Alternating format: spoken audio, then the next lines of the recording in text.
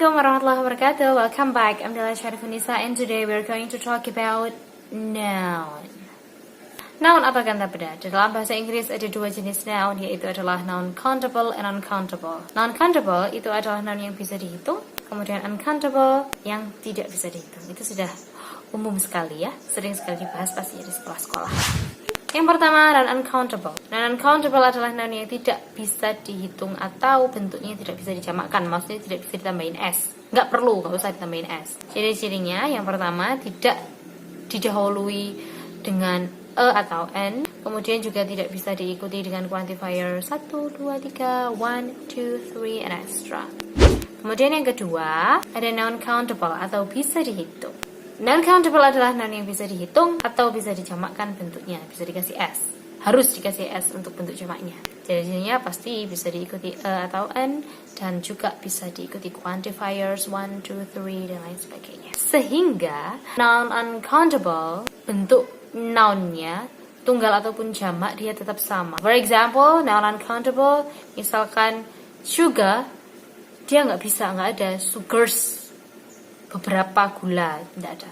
Sugar yang biasanya uncountable itu adalah yang liquid, yang kecil-kecil, yang bisa dihitung gitulah. Kemudian kalau non-countable dia pasti ada singular dan juga plural, tunggal dan jamak.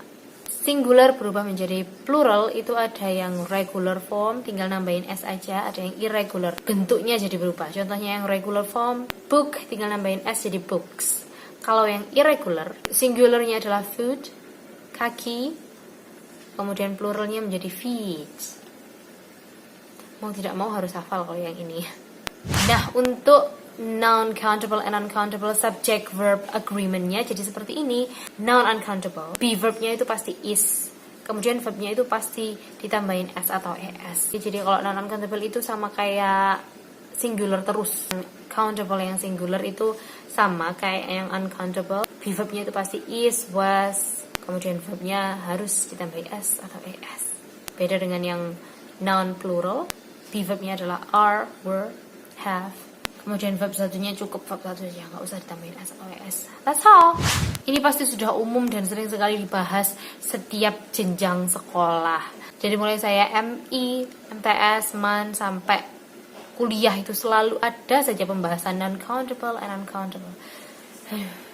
Thank you very much for watching. Semoga ini bisa membantu dan memudahkan. See you in the next video. Assalamualaikum warahmatullahi wabarakatuh. Bye.